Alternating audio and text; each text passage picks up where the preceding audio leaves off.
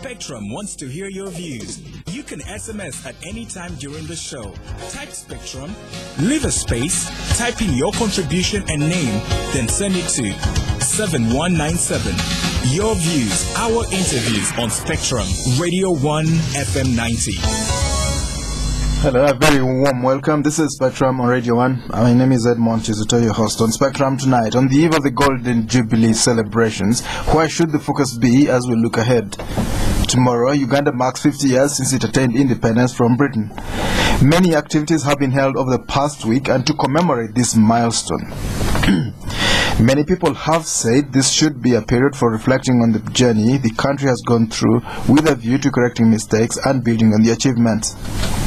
Many public events have been organized by different players, including women organizations, faith-based groups, institutions of higher learning, among others. At all these events, audits of the last 50 years have been carried out. Uganda has faced many challenges within the last 50 years, but critical among these is the troubled political and economic times that still impact on many Ugandans as we speak today. While the country has made many tremendous achievements during the 27 years under the NRM government, other challenges such as a bad health sector, poverty, tribalism, and nepotism are still common today.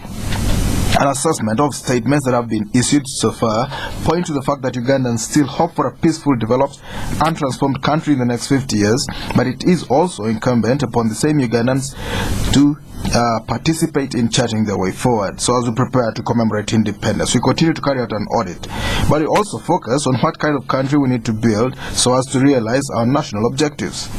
Our guests tonight, Mrs. Tezira Jamwa, founder of the Forum for Women in Democracy, member of the Constituent Assembly that gave us the 95 Constitution and the 6th Parliament. She also served under the President's Office as an RDC, or Resident District Commissioner. You're most welcome, Madam Jamwa. Thank you very much. We're also joined by Mr. Morrison Rwakakamba, Program Manager at Country Manager at TWAWEZA. You're most welcome, Mr. Rwakakamba. Thank you, Edmond, and good evening, dear listeners. We expect to be joined by Ms. Solome Mukisa, former member of the Constituent Assembly, also a political mobilizer under the National Resistance Movement government. Madam Jamwa, how far have we come as an independent nation? 50 years now. I think we came from very far. Of course, we got independence in 1962. Around that time, I was about barely 11 years old. And I must say that I also participated in the celebrations of independence because our school was one of the schools that was picked to sing the national anthem as our flag was raised. And I saw all the celebration which started it was in Tororo, in my district. All right. And the celebrations were held at the King George Stadium in Tororo Municipal Council. So it has been a long journey. We've had challenges. When we look at our country politically, we've had a lot of, political turmoil. We had a coup in 1971. In 1979, Amin was overthrown. We had an election in 1980. In 1985, the military junta overthrew the government which was in place. Then 6 months later. 6 months later, the military junta was also It was overthrown. It was overthrown on the 25th of January. Yes. And the victory was announced the following day. Yes. Well, what are some of the hopes that you had as a young girl of 11 years that you think have not been realized, madam? Of course, at that age, you just see what your family members are doing. Of course, our father was very excited, and our mother, and we would just hear them talking about how lucky Uganda has become, because Uganda was getting self-rule.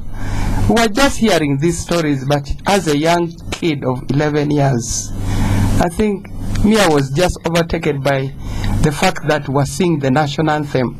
Right. And actually, our choir master was very hard on us. He told us, you must sing this song. This is a national anthem. We are getting independence. Really, he grilled us a lot. So you observed the functionalities? Yes, I did. All right, Mr. Morrison Rwakakamba, give us your own assessment of the 50 years of independence.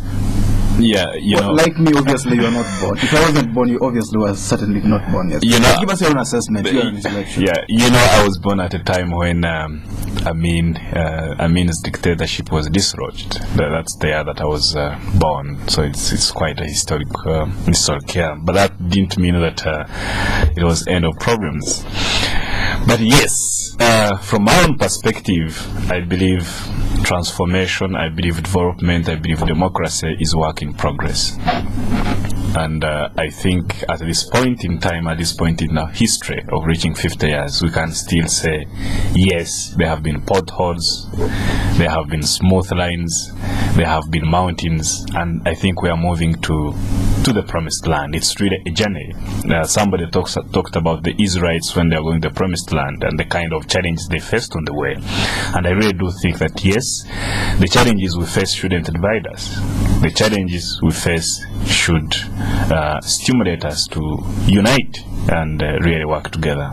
And this is why I've always thought that for commemoration of important days, like of important events like independence, and at this reaching 50 years, I think it's really a time for reflection as a country, to reflect together, both together and individually, about the kind of country that we need.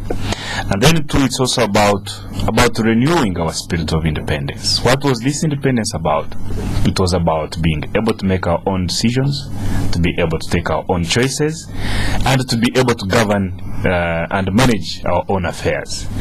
So it's yet again another factor. We need to really renew that promise of independence and see whether we are actually moving towards that direction. But we also need, as we affirm that promise, we also need to mobilize the citizenry, to mobilize ourselves to really unite around that promise. But most importantly, I have been observing really that you have got a certain not bigger percentage, but a big percentage of the citizenry that are still trapped in cynicism, as opposed to being optimistic about the future that we can achieve.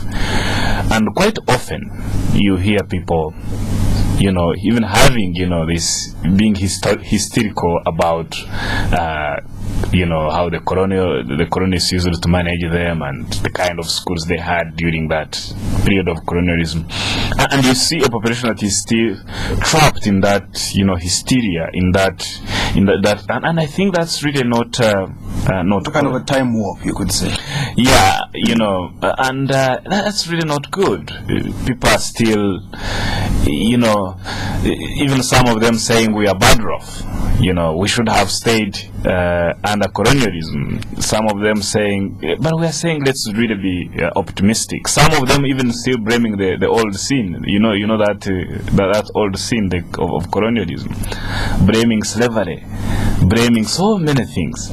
So you get the sense that most people across the board don't want to take responsibility. You see, you can be given independence, but if you don't take responsibility for that independence, then it becomes a problem. You don't spend your lifetime, saying we have all these problems because of colonialism, we have all these problems because of slavery. No, you have been independent for 50 years. You need to dust up your shoe and go and do work. All right, well, Morrison, we'll try to dig into your own analysis, your own view of this cynicism, the perceived cynicism that you've got online. I don't think it's just a perception. But Madam Jamwa, what do you think were the structural bottlenecks that we inherited from colonial rule? Or that we took on, maybe not inherited, but we took on? I think that has also been one of the challenges, because when the British handed over the power, they left the same structures they had created, and even the new leaders, when they came in, they started operating within those structures. And I think this has been one of the problems that is causing problems in the country. If the Africa themselves, after getting power, decided to create their own model of operation or leadership, I think we would not be having these challenges. And as my colleague here said, that people are still looking at they're blaming the colonial structures, they're blaming the British, everything. They're still blaming them, excuse me. Yes. Well, yeah, the problem came in right from 1962. If we had created our own new mode of political, social, economic, maybe would not be mourning, there won't be cynicism as he said. Really? I don't think. We would be operating in our own way. We would understand better our democracy.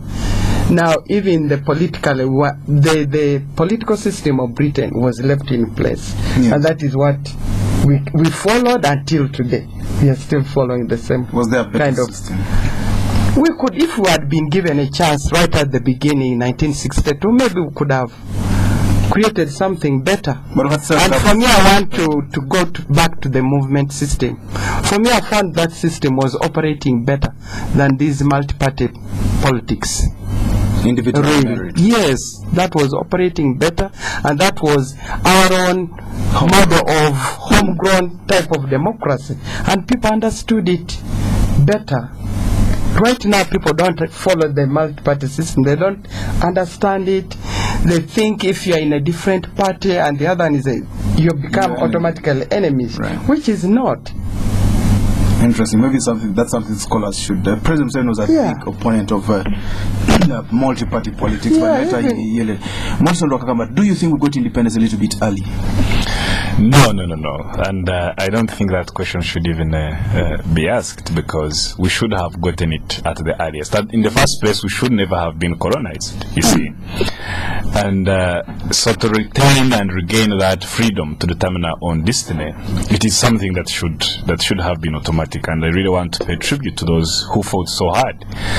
Well, I know there was some global forces at play that forced the hand of the colonialists to make sure that they accept their independence. But still there are forces, internal forces, domestic forces that galvanized around this issue of self-determination.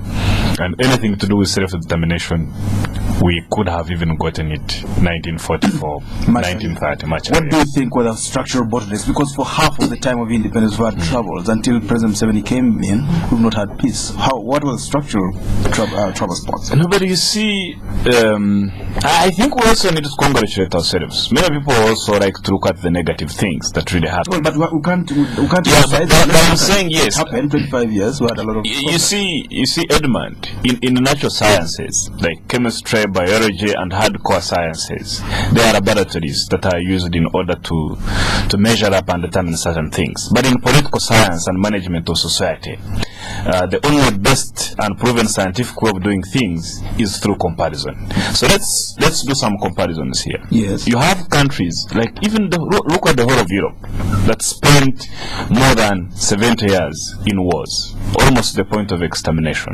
And we are happy, yes, we lost people, but we didn't go through that. You have a country like United States that spent all those years through the American War of Independence, and many people died. And maybe the other question we should be even looking at, 50 years. Is it such a long time in a national building? I don't think so, because you have countries like Egypt that are 2,000 years, India 2,000 years, they are still grappling with poverty, still grappling with democracy. Yes, I also know there are countries that even have United States is a powerful democracy. It's not 200 something years. It's a very young country. It's a very young country, but you still have countries that like Singapore, like South Korea, that are not very old countries but made very fast strides. So it's absolutely not really about the age of a country. I think again it's about the choices that the leaders make. It's about the choices that the citizens make. It's about all those choices. So we got those problems because first of all, that's who we are, but we still believe that those are the challenges and problems that we can solve. And that's why I said that development, transformation, and governance is work in progress. And as a country, I think we should be moving in the right direction. Well, listeners, this is Spectrum on Radio 1 tonight on the eve of the Golden Jubilee celebrations. Where should the focus be? As we look ahead, our guests, Mrs. Tezira Jamwa, founder of the Forum for Women Democracy of Forward. Also, she was a member of the Constituent Assembly that gave us the Constitution in 1995. It was elected in March 93, had a debate for about a year, gave us a Constitution in 1995, just before independence. She was also a member of the 6th Parliament. Some people have said it's one of, if not the most vibrant parliament we've had, and such. She served under the President's office as an RDC. What were you called at that time? District Administrator or what?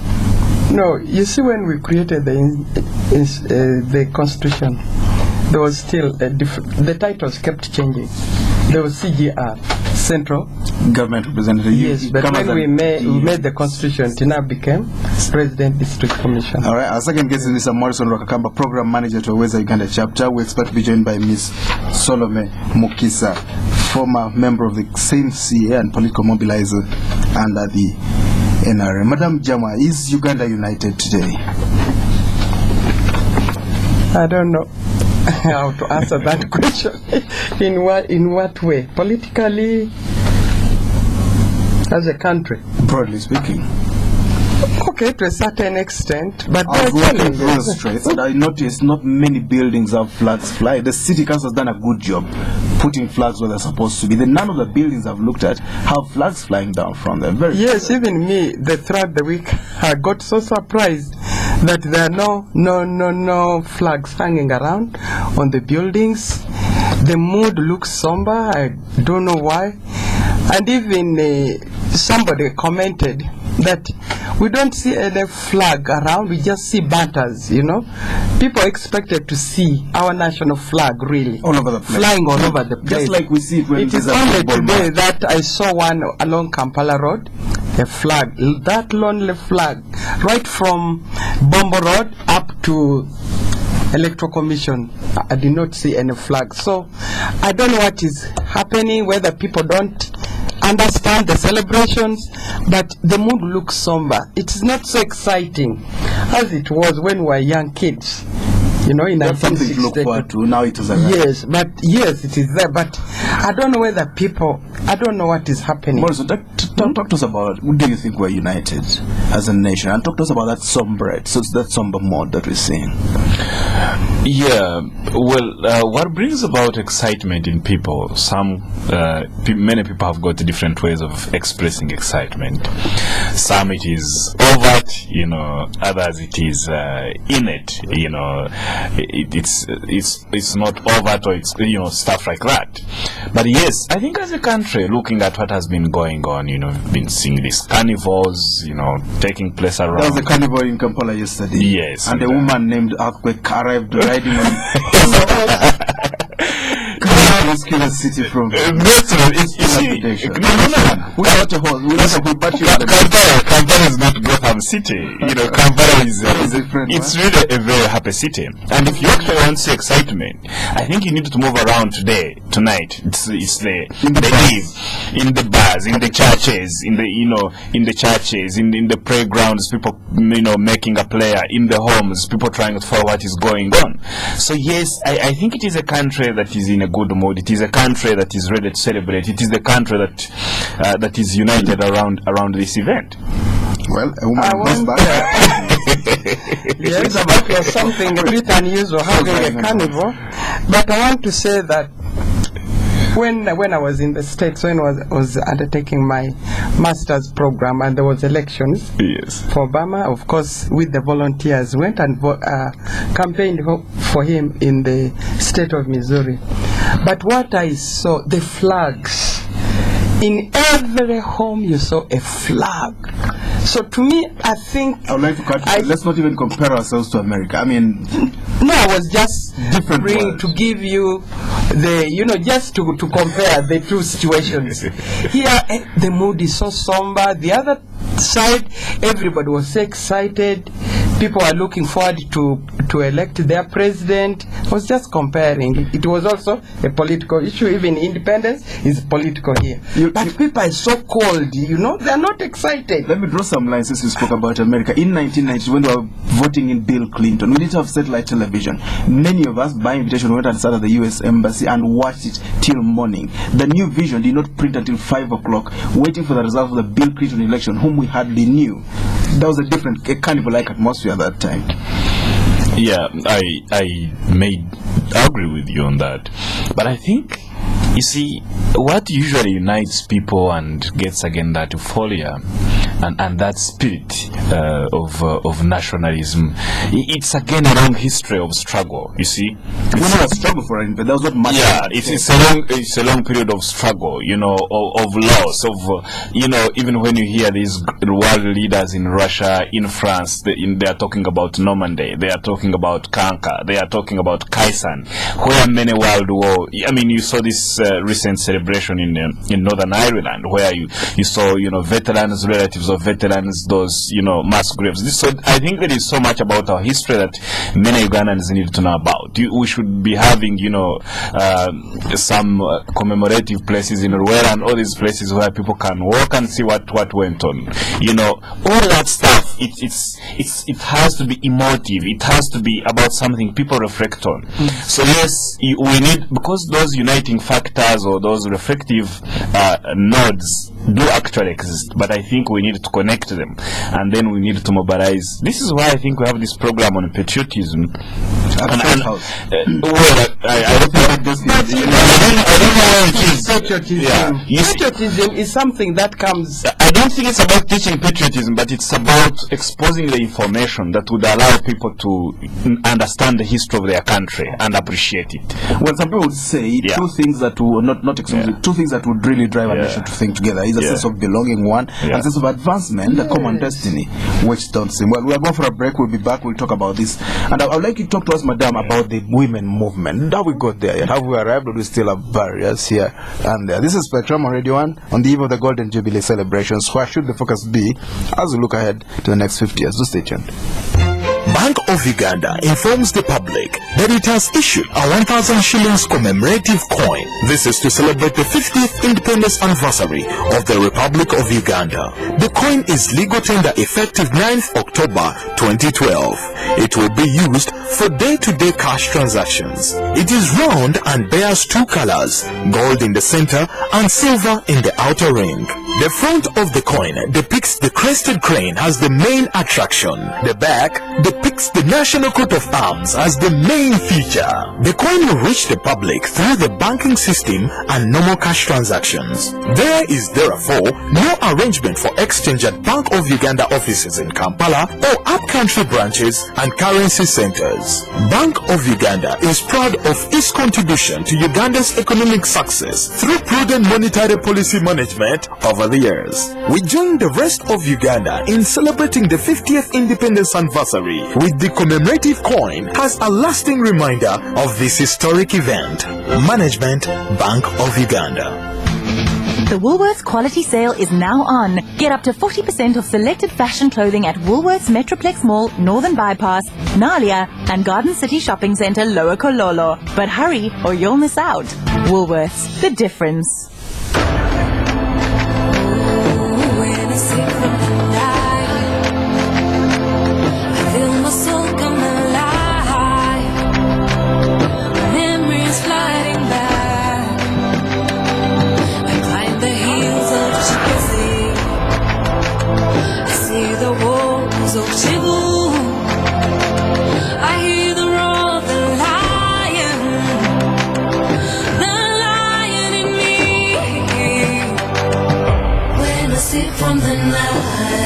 As we celebrate 50 special years, Nile Special invites you to toast to our great land. Nile Special, the rich, rewarding taste from the source. You've earned it. When I sip from the Nile. Not for sale to persons under 18.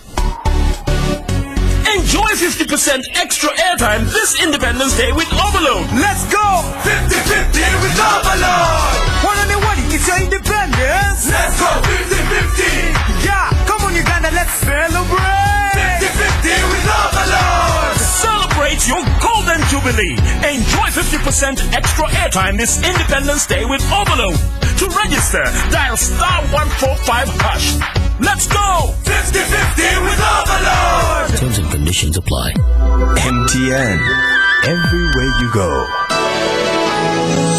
Spectrum on Radio 1 FM 90. Welcome back on Spectrum tonight. On the eve of the Golden Jubilee celebrations, where should the focus be as we look ahead? Our guest tonight, Mrs. Tezira Jamwa, founder of the Forum for Women in Democracy. She was a member of the Constituent Assembly and the 6th Parliament, also served under the President's Office as an RDC. And Mr. Morrison Rwakakamba, Program Manager to TWAWEZA, Uganda chapter. You will be able to call in and contribute to this discussion. Madam Jamwa, you founded Forward. Talk to us a little bit about Forward, what it was, what it is, and the women movement. Is it something that has made strides forward? Thank you very much. Okay. The Forum for Women in Democracy organization has its historical background. When we went to the Constituent Assembly as delegates in 1994, we, the women, the 51 of us, came together and formed what we called ourselves with the Women Caucus. And the Women Caucus had a leadership, and our chairperson was Honorable Winnie Anyema, during the CA.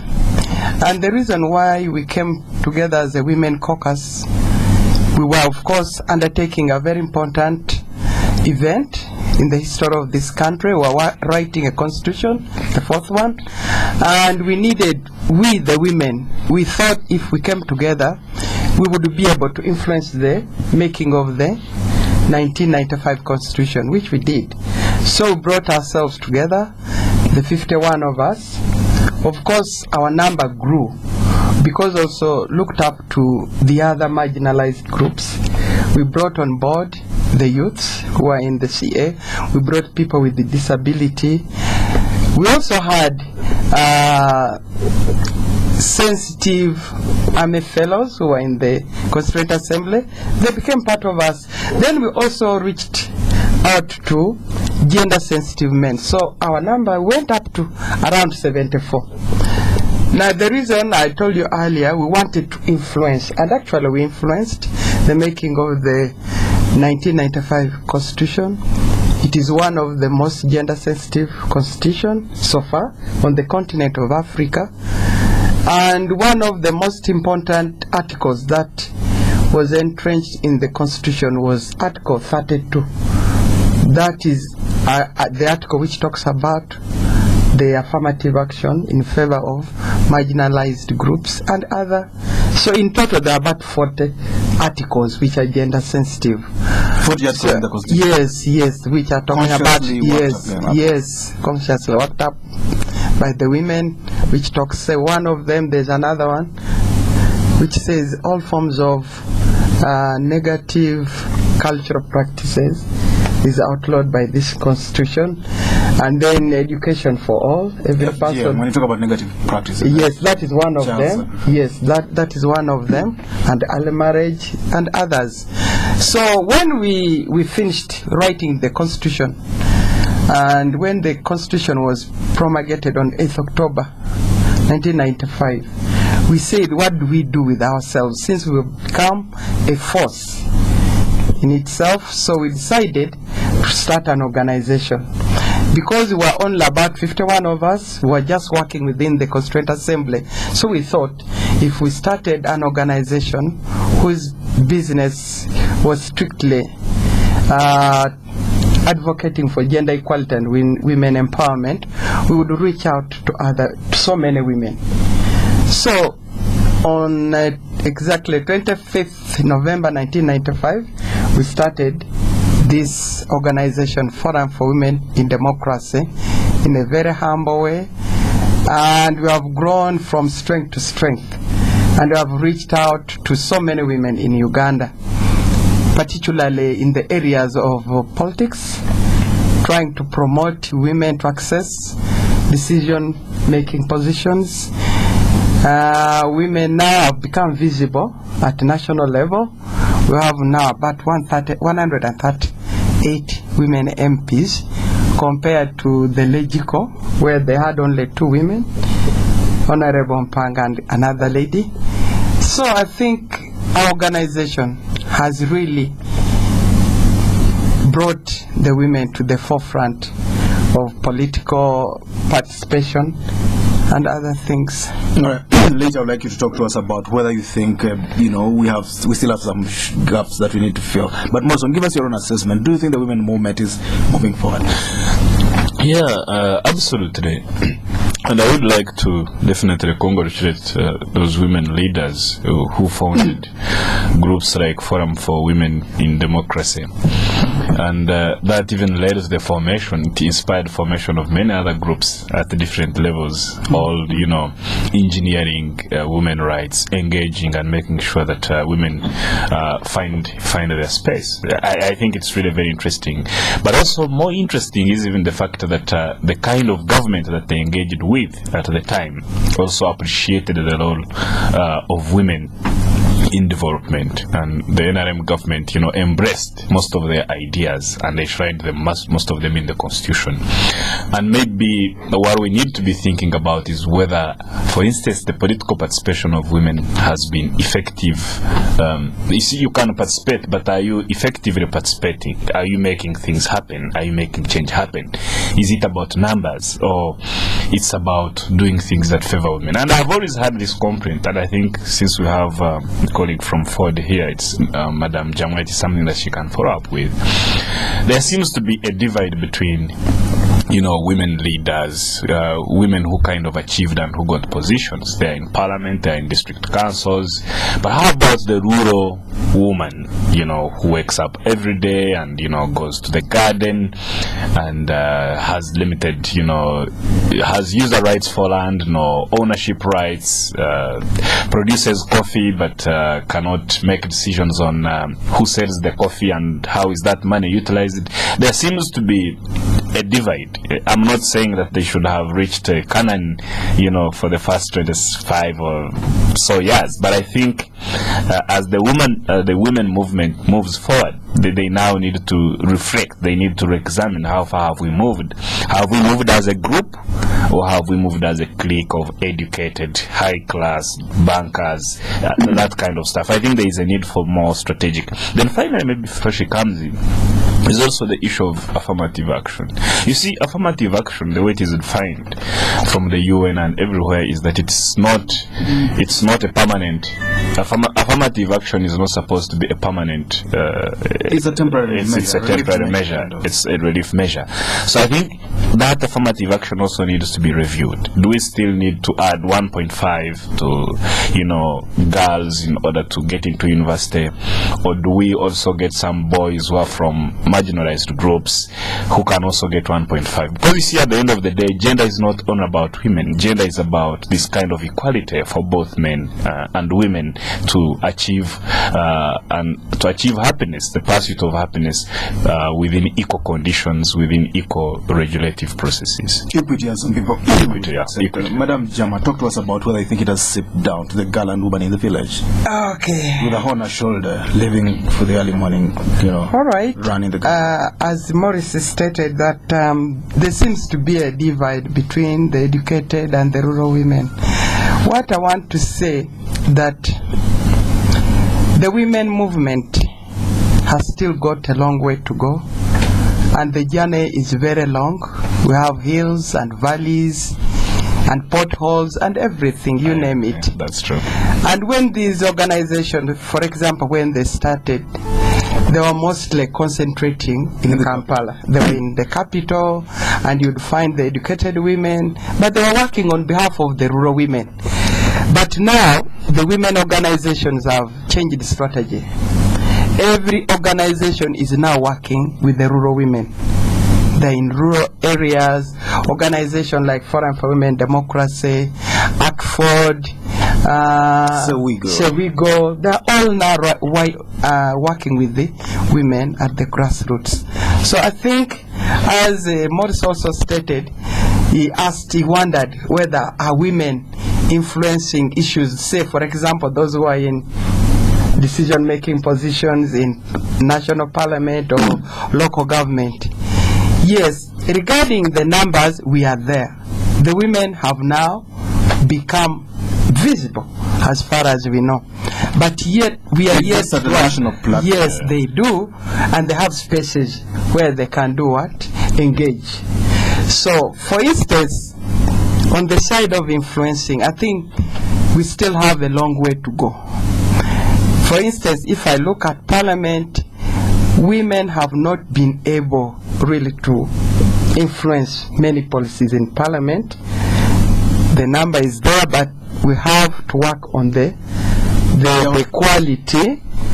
We work on the quality of participation, then they will be able to do what? To influence policies. Most include one of the organization which has worked with the Parliament closely assisting the women MPs is Forum for Women Democracy. Other organizations have also come up, and they are now working with members of members of Parliament to assist them, to help them first of all understand how Parliament works.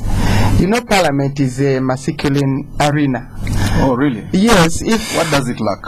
No, I think these days it's feminine. You have a 19-year-old. Yes, I know, but the way, you know, the structures are still the same. Women are still operating in those structures where men have been there for centuries. So they're still newcomers. But with the time, I'm sure quality will improve, and they'll be able to really influence policies in their own rights. All right, we'll hear from the listeners about that. But before we get to hear from them, Morrison, you mentioned earlier that Uganda's broad, let's broad it a little bit again. Ugandans broadly are cynical about their own destiny. Where does this come from? Where are the roots of it? Yeah, it's just that there is this inability by many citizenry to exercise agency. And what that means is that they do not have, you know, the stamina to speak out when they want to speak out.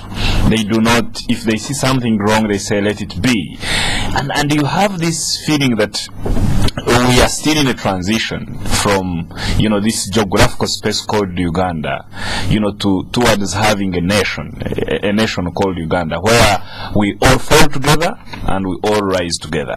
You see, you still have many people who, if somebody fails, they want to dance on the grave and celebrate. If somebody wins, they are fighting to bring that person down. So you still have those cleavages of, you know, where it's not yet a nation, where we are still struggling to build a nation where if Uganda fails, we all fail with it, and if it works, then we all work with it. And you see, yeah, I still think, for instance, now the NRM government, which is in power, and especially President Museveni, for the first time, he won elections across the board in all regions. You had President Museveni garnering majority in northern Uganda, in eastern Uganda, in central, in western Uganda. So I think it is a chance for him at this point in history of 50 years of independence to be able to galvanize a country around one vision and be able to lead us to the promised land. Let's hear from the listeners. But maybe, yes, maybe as the listeners come in, I think we need standard value systems as a country. Right. And those value systems, yes, they can be inspired by leaders. And those leaders, not only political leaders, you have religious leaders, cultural leaders. It's a responsibility of everybody to make sure that those values are illuminated. And I will mention some of them. Ethics, integrity, responsibility, the respect for laws and other regulations, the love for work. You see, the effort to save and invest, the will to be productive. Smaller things like punctuality, like being serious about business. That's how we build the country. This is Spectrum Radio, and you can call in now. Punctuality. Our number 0414-348-111, 0312-260-390, 0312-261-390. That's respect for resources, because time is a resource, an invaluable one. Spectrum, hello. Hello, good evening, Edmond. Good evening, your name, my friend? This is Rwakakamba. I greet you in the studio.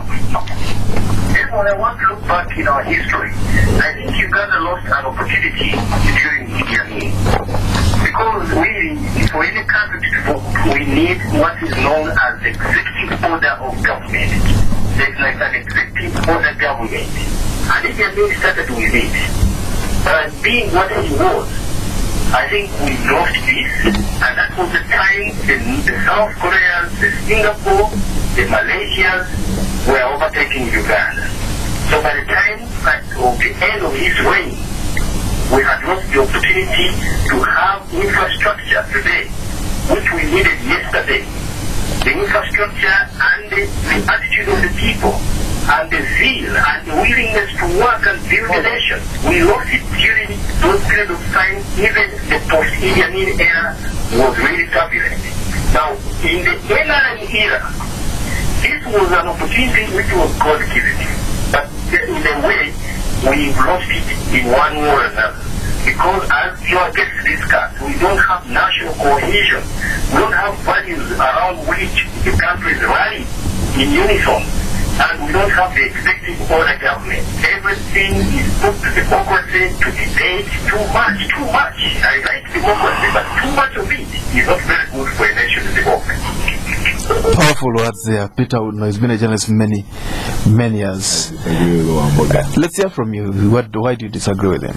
I mean, to say an executive Okay, let's hear from another caller. Spectrum Alert. Yes, sir, your name?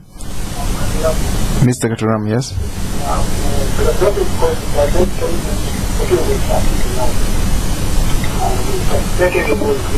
We can hardly hear you. Could you like to speak out louder, sir? Okay. The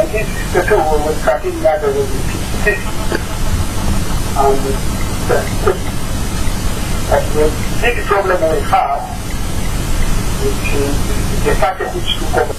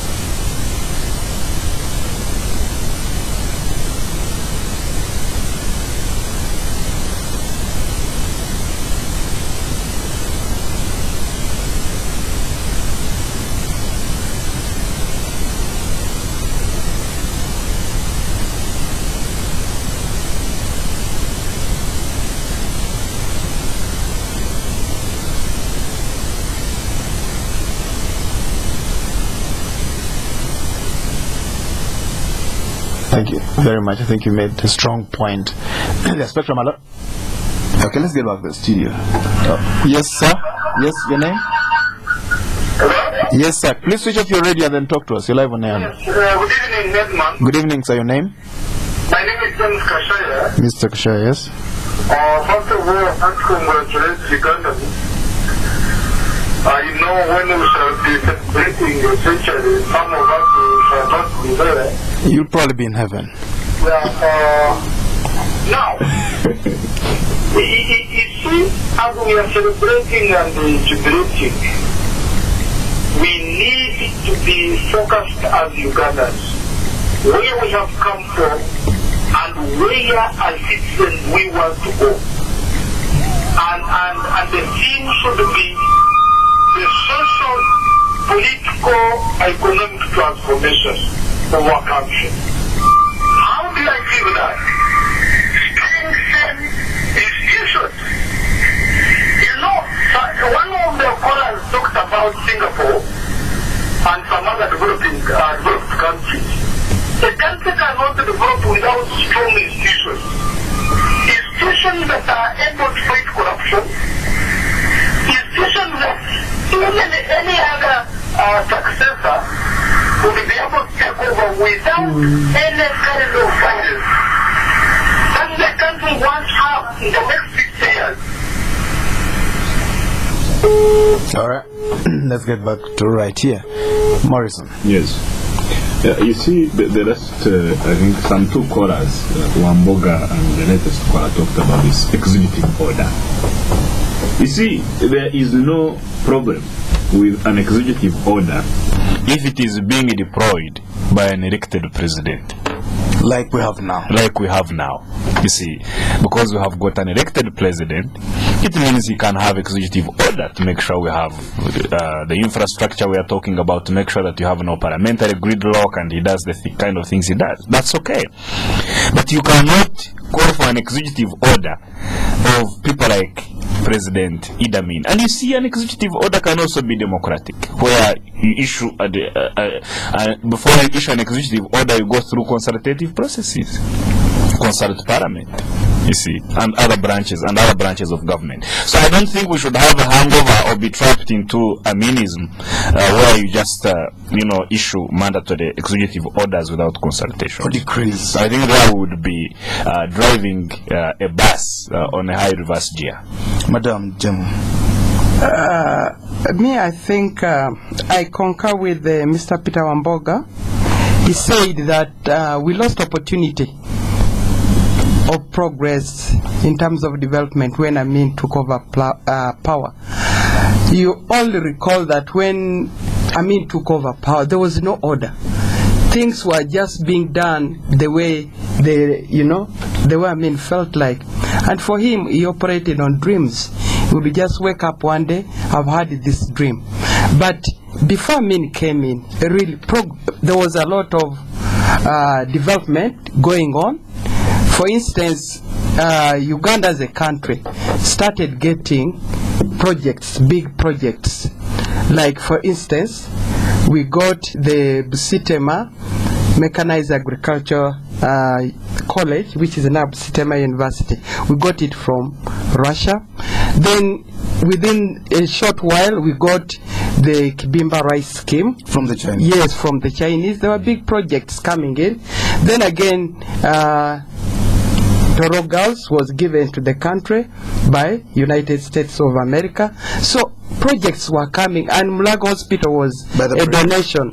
It was actually a donation. Yeah, it was a donation from the dam was a donation. Yes, even that one.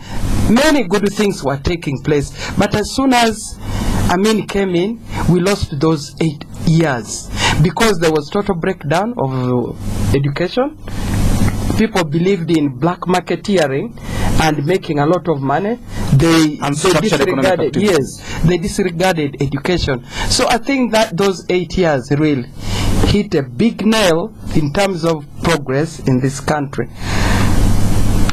Would you say we have a national conscience? Like when you travel, you meet another Ugandan. Apart from the fact that you might speak the same language, you might be neighbors back home.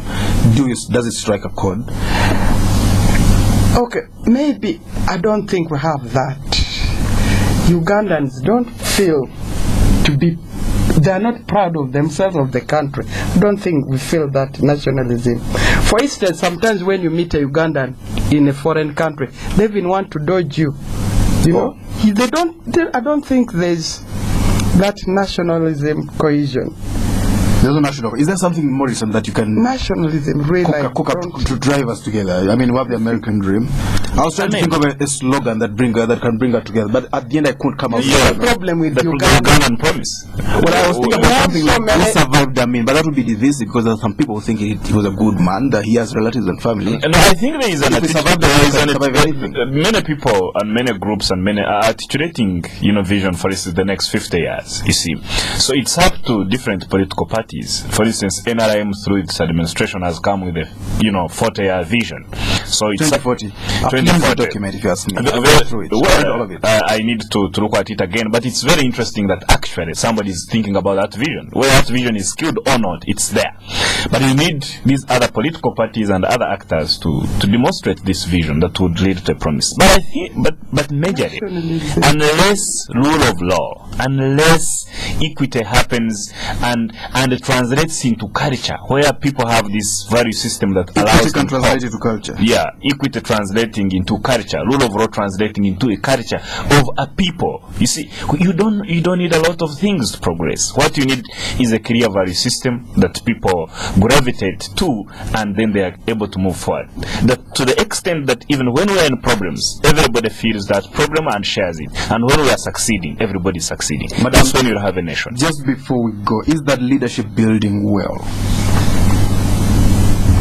Whoever does call patriotism in State House, but the total sum of it, are they driving us in the right direction on this? We're feeling was well, for me, when I want to look at Ugandans or as a whole, as citizens, me, I don't see any patriotism in Ugandans. That's why they want to teach us patriotism. Yeah. No, but patriotism is something that comes out of your soul.